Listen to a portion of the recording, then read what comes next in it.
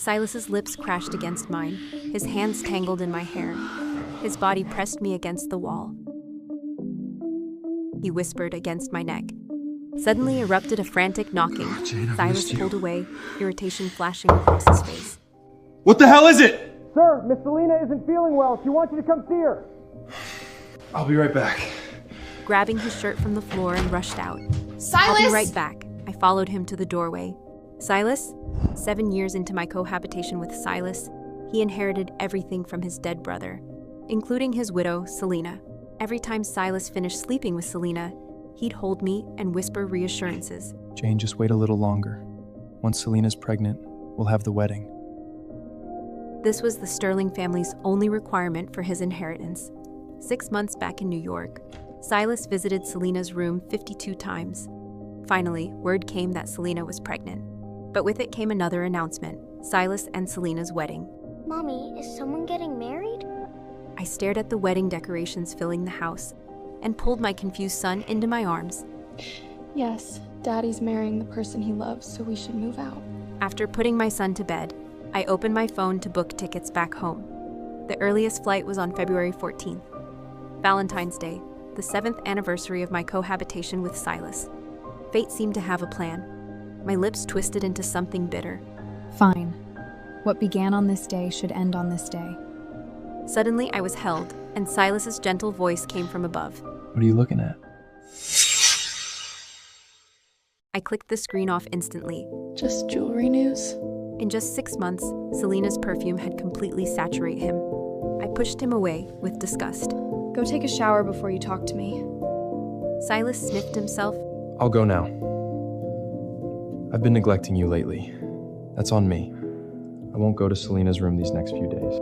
The bathroom door flew open and Silas walked out, dripping, wrapped in a towel. For a moment, I saw him from 7 years ago, climbing to my window, covered in night dew, triumphant, like he wanted to show the whole world. Jane, from today on, you're mine.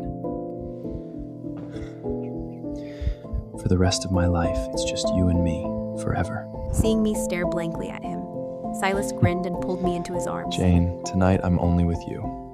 I'm not going anywhere. My eyes dropped with something like disappointment. The man before me was no longer that man. A knock at the door interrupted my thoughts. Sir, Miss Selena isn't feeling well. She wants you to come see her. Silas's irritation turned to panic as he hurriedly dressed and rushed out. What's wrong? Did you call the family doctor? A few steps out, he realized something was off. He turned back, apologetically, looking at me leaning against the doorframe.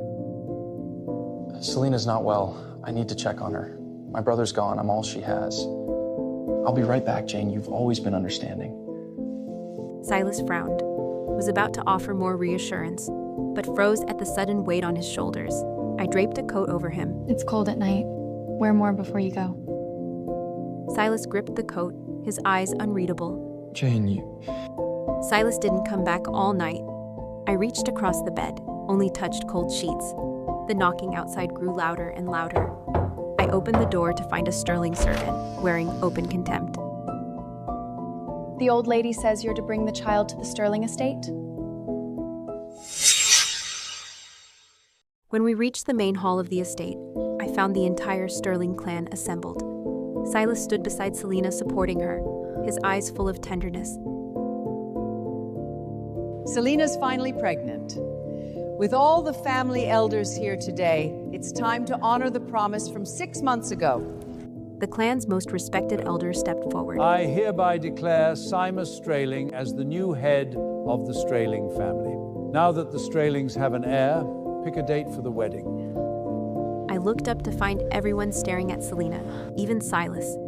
He openly placed his hand on Selena's stomach, his expression tender. I'm going to be a father. Not a father again, but a father. Something sour twisted in my chest. I clenched my fists. Mommy, it hurt.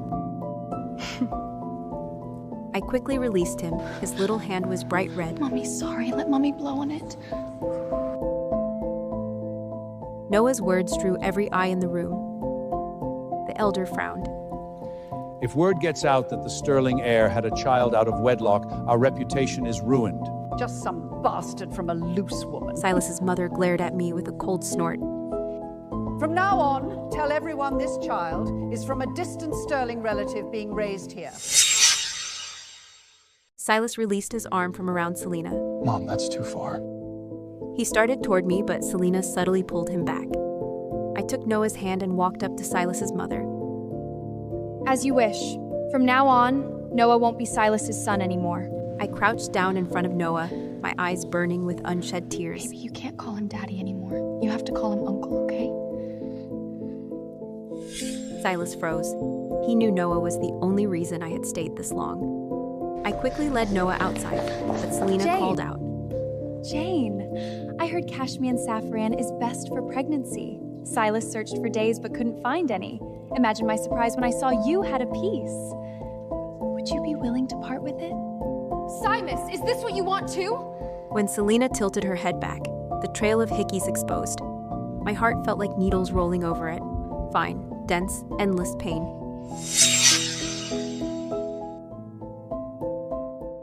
This cashmere sapphire pendant was the token of love between Silas and me. We'd both fallen for it at the same jewelry exhibition. The night he committed to me, he put the cashmere sapphire around my neck. He'd promised me forever. I knew Selena wanted it. She'd asked Silas for it more than once. He'd refused. But this time, he looked away. Maybe you could... Fine. I laughed bitterly and ripped the cashmere sapphire from my neck, shoving it into Selena's hand. Watching Selena put it on with delight, I offered praise. It suits you perfectly. Then, under Silas's shocked gaze, I carried Noah out. Back at the villa, Noah was still crying. I forced down the heartache and gripped his small hand. Noah, if Mommy wanted to leave this place, would you come with me? Mommy, can't we stay? But Noah, Daddy, and Grandma don't want us here. Will you call him Uncle forever? I held back my tears and looked at Noah gently. Noah clutched the Lego set tighter, Silas's birthday gift from last year. Mommy, I want one more birthday with Daddy. Can I? Noah stubbornly refused to change how he addressed him. I closed my eyes and pulled him into my arms. I nodded. Okay. February 12th was Noah's birthday. I'd reminded Silas 2 days early so he could prepare. This might be the last birthday they would share. I wanted Noah to get his wish. On his birthday, Noah woke early. He put on his little suit. His voice shook with nerves. Mommy, Daddy will come to my party, right? He will. I texted Silas. It's your son's birthday today. Where are you? Noah's head dropped. Noah's fingers gripped the cake box ribbon. Daddy's not coming, is he? After a long silence, he tried to comfort himself. It's okay. Uncle's busy. We shouldn't bother him. Mommy, let's eat the cake. This was the first time Noah called Silas Uncle. He seemed to be accepting it, that his father didn't care about him, but his reddening eyes gave away his pain. I grabbed my phone and opened Silas's chat. You don't even have time for your son's birthday? You like Selena that much? You can't bear to leave her side? My finger hovered over send. I couldn't press it. Then a new message appeared. Come to the Sterling estate. Joy flooded through me. I shoved the phone in Noah's face. Noah, look! Daddy remembers! Noah's head shot up. A brilliant smile broke across his face. Daddy must have lots of presents for me. Mommy, let's go! Noah chattered the whole way. He guessed what gifts Daddy had prepared. But when we reached the Sterling estate, the garden full of roses made my chest tighten. This wasn't decoration for a child's birthday. Noah didn't notice. He excitedly pulled me inside. I could only follow him anxiously. Dread settled in my gut. Simus, don't do something we can't undo. In the banquet hall, Noah saw Silas standing by a giant cake. Daddy! He crashed into Silas's arms. What are you doing here? My eyes filled with disappointment. Behind us, the socialites whispered. Isn't this Simus and Selena's engagement party? What's with this kid calling him Dad? Didn't they say Simus wasn't married? Must be his bastard. Silas's face went iron. He shoved Noah away hard. What did you call me? Noah stumbled back several steps and fell to the ground. He froze, caught between tears and shock. Uncle. Finally, he whispered timidly. He looked at the cake in the center of the hall. A smile returned to his face. Uncle, are you here for my birthday? Can I cut the cake with you? Noah had waited days for this party. In his mind, as long as he could celebrate with Silas, nothing else mattered. Even calling him uncle was fine. But delicate hands gripped Silas's hand on the cake knife. No. This kind of party isn't for distant relatives like you, right, Samus? Rage flared in my chest. Now I understood everything. That text was from Selena. Her goal was simple: humiliate us publicly. Make Noah's bastard status official. I stepped in front of Noah. My voice came out cold. Simus, is that true? Silas stood frozen. When our eyes met, guilt flashed across his face. Under everyone's stares, he spoke. He's from a distant Sterling branch. Behind him, Selena smiled with triumph. The whispers around us grew louder. To ruin their big day. Exactly. Low-class relatives, no manners. Noah went pale under the chorus of voices. His eyes turned red. My fury hit a breaking point. I walked forward and violently flipped the towering cake over. Big day, huh? Let me make everyone really happy! The socialites stood in stunned silence. Silas and Selena turned pale with rage. Only Noah looked up at me like I was a heroine. Mommy, you're so cool. I scooped Noah up and looked straight at Silas. Mr. Sterling, I apologize. Noah is only my child. He has nothing to do with the Sterlings. We're leaving now. The next second, bodyguards slammed me to the ground. Selena's voice hissed from above. You think the Sterling estate is somewhere you can waltz in and out of? Beat her. Then throw her out! Fists rained down on me like hail. My bones creaked and cracked under the blows. Noah crawled toward me, wailing. I kept shoving him away with gritted teeth. Through the crowd, I saw Silas. Reluctance flickered on his face. Then Selena yanked him back again. I endured the blows. Each punch shattered another memory. Silas 7 years ago, climbing my window, promising forever. Silas 6 years ago, called a kept man but laughing anyway. Silas 5 years ago, holding Noah and saying his life was complete. All of it crumbled to ash in my mind. Noah's screams grew desperate. He dropped to his knees before Silas. Mr. Sterling, we were wrong. Sorry. Please let Mommy go. Both Silas and I looked up in disbelief. Silas frowned. Stop! He stared at Noah, stunned. What did you say? The kneeling child seemed to age in an instant. His eyes went red as he looked at his father. Mr. Sterling, we're not welcome here. Mommy and I are leaving now. Thank you for having us today. Noah helped me to my feet. I limped after him toward the exit. My heart felt crushed in someone's fist. Silas didn't come home. He only sent 2 texts. Something came up. I'll apologize in person in a few days. Don't be mad. Be good. I knew his something meant his wedding on Valentine's Day. I packed everything we'd brought 6 months ago. I burned every trace of us in the villa. One bonfire, gone. This relationship was a mistake from start to finish. Now it was time to wake up. We boarded the plane home. Before turning off my phone, I sent Silas one final text. Noah and I are gone. Have a good life.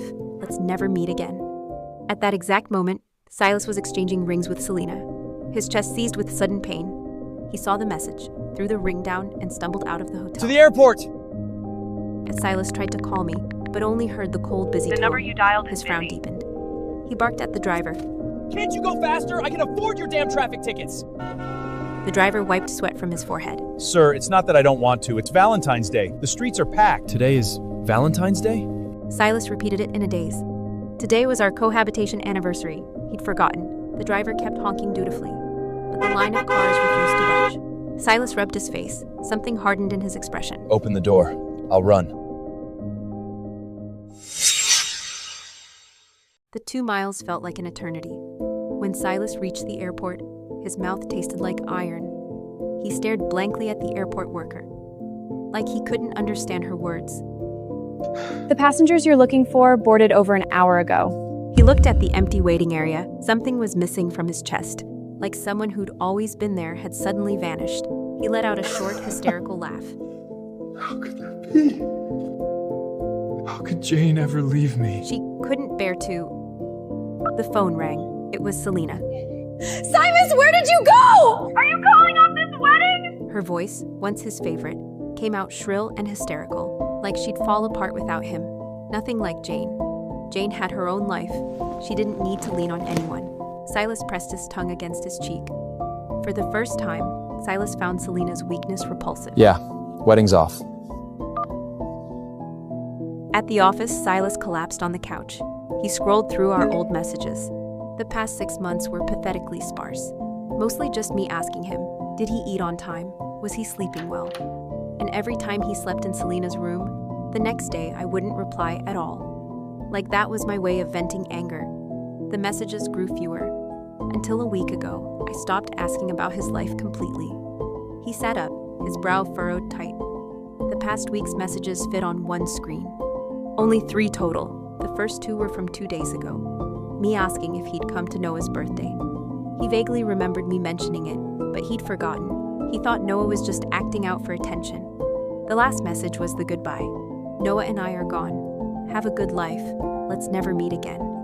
With a loud bang, Silas kicked his chair against the wall. His fingers flew across the screen. Jane, are you insane? You think you'll have a good life without me? Take you back. If you come back now, I'll reluctantly back. I didn't marry Selena. You're still my only wife. Silas waited all night, restless. No reply came. Every call went to the same recording. The number you dialed is busy.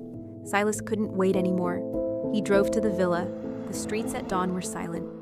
Only a corner diner had its lights on. Inside, a couple worked the counter together.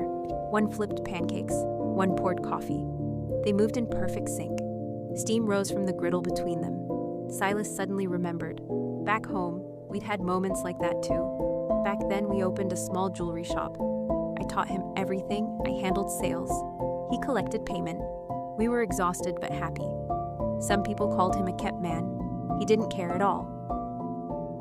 I spend my wife's money, what's it to you? Silas gripped the steering wheel. His hands shook slightly, but he kept reassuring himself. She must be really angry this time. But if I humble myself, it should be fine. The villa came into his view. A warm yellow light glowed from inside. His whole body relaxed. The car stopped at the villa entrance. Silas stepped out and straightened his suit. His face went carefully blank. Yes, I'd apologize. But she needed to learn her lesson too. He pushed open the door, waiting smugly for me to rush into his arms. But the person who lifted her head was Selena. Tears welled in her eyes. Where did you go? I thought you left me. Silas's brow furrowed. He'd never found Selena this grating before. He pushed her aside and ran upstairs. Jane! But I wasn't upstairs. More than that. Everything related to me was gone. The closet was half empty. The colorful dresses and playful children's clothes. All gone. The bedroom wall where our photo hung was now just blank white space. The 100 love letters I had treasured for 7 years. Only a blackened metal box remained. And a pile of ash inside. He stared at the ash in a daze. Then it hit him. How much effort he'd spent chasing me all those years ago. He'd written over 100 letters before I even let him take me out. He'd climbed my windows for half a year before I finally let him inside. Silas covered his face. He collapsed to the floor, powerless. Footsteps sounded at the door. Silas shot upright. His heart pounded wildly. He hoped desperately, prayed, that I would walk through that door. But it was Selena.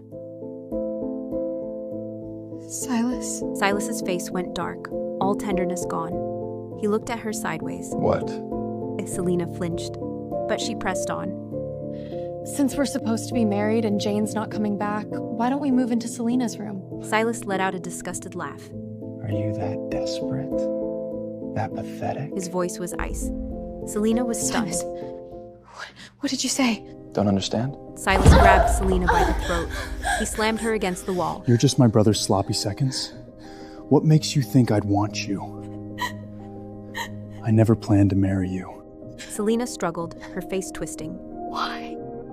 Silas's smile turned cruel. You really have no self-awareness at all. I only agreed to marry you for revenge. You dumped me for power and status, remember?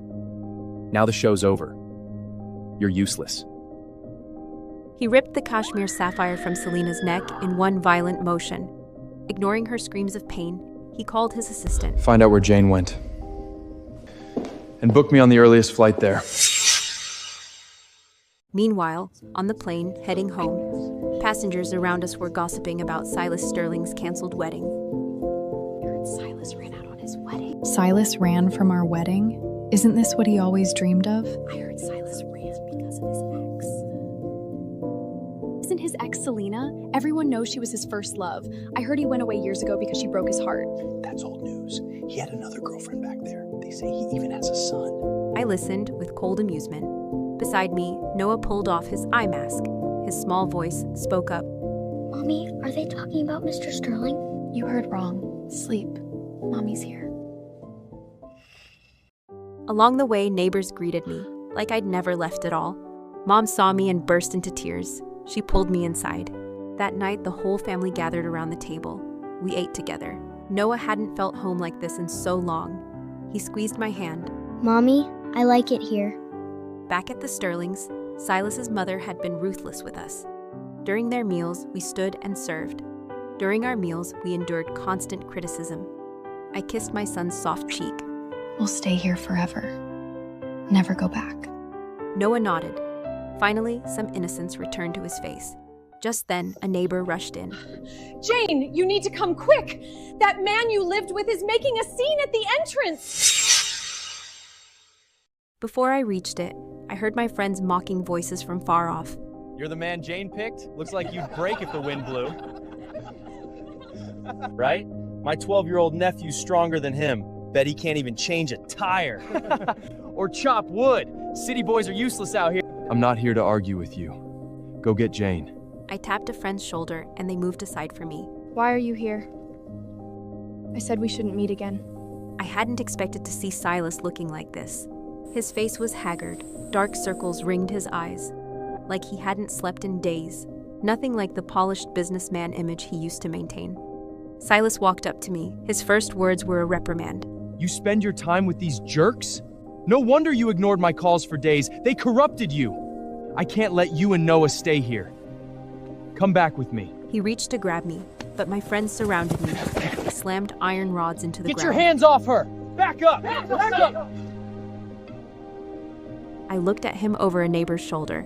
You came all this way just to say that? Silas shook his head. After a long pause, he forced the words out. I came to apologize. Jane, I was wrong. I love you. I love you. Come back. Let's make this work. He looked at me with total confidence. He was. Certain I'd forgive him, certain I'd go with him. The absurdity of it made me laugh. You don't actually think I'd go back with you, do you? I nearly choked on my laughter. When I looked at him again, my eyes were ice. Silas, you make me sick. Silas froze.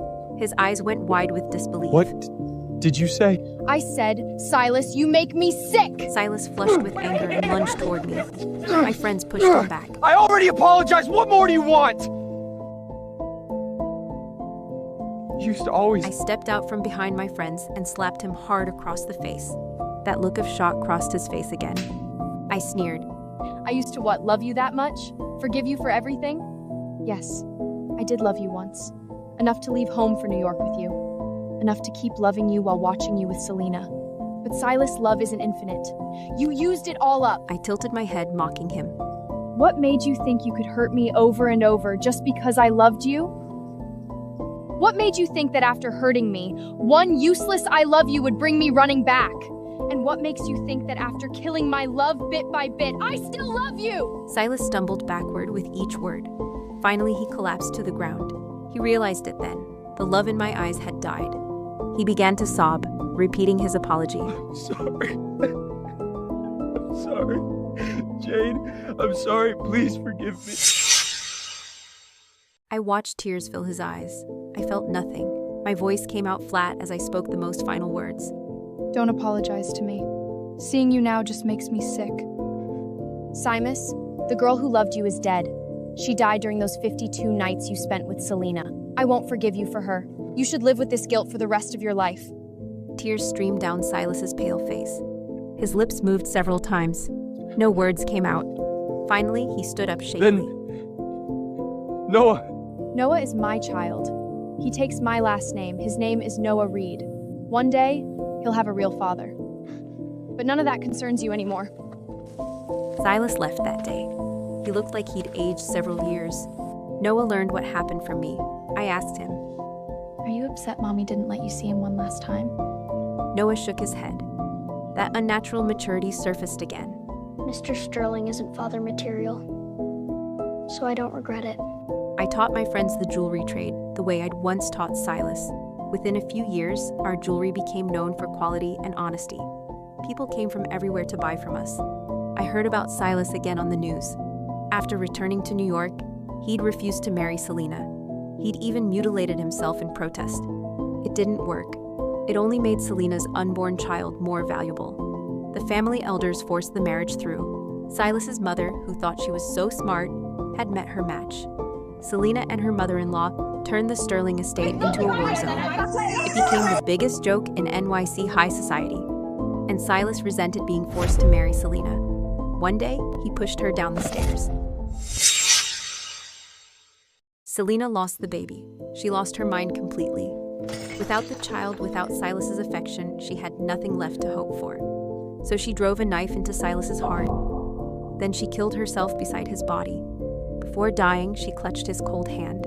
Now you're mine forever, forever. The news shocked the city, and the Sterling reputation crashed. But worse than reputation was the question of succession. Silas's mother and the family elders visited repeatedly. They wanted to take Noah back for grooming. I turned them away every time.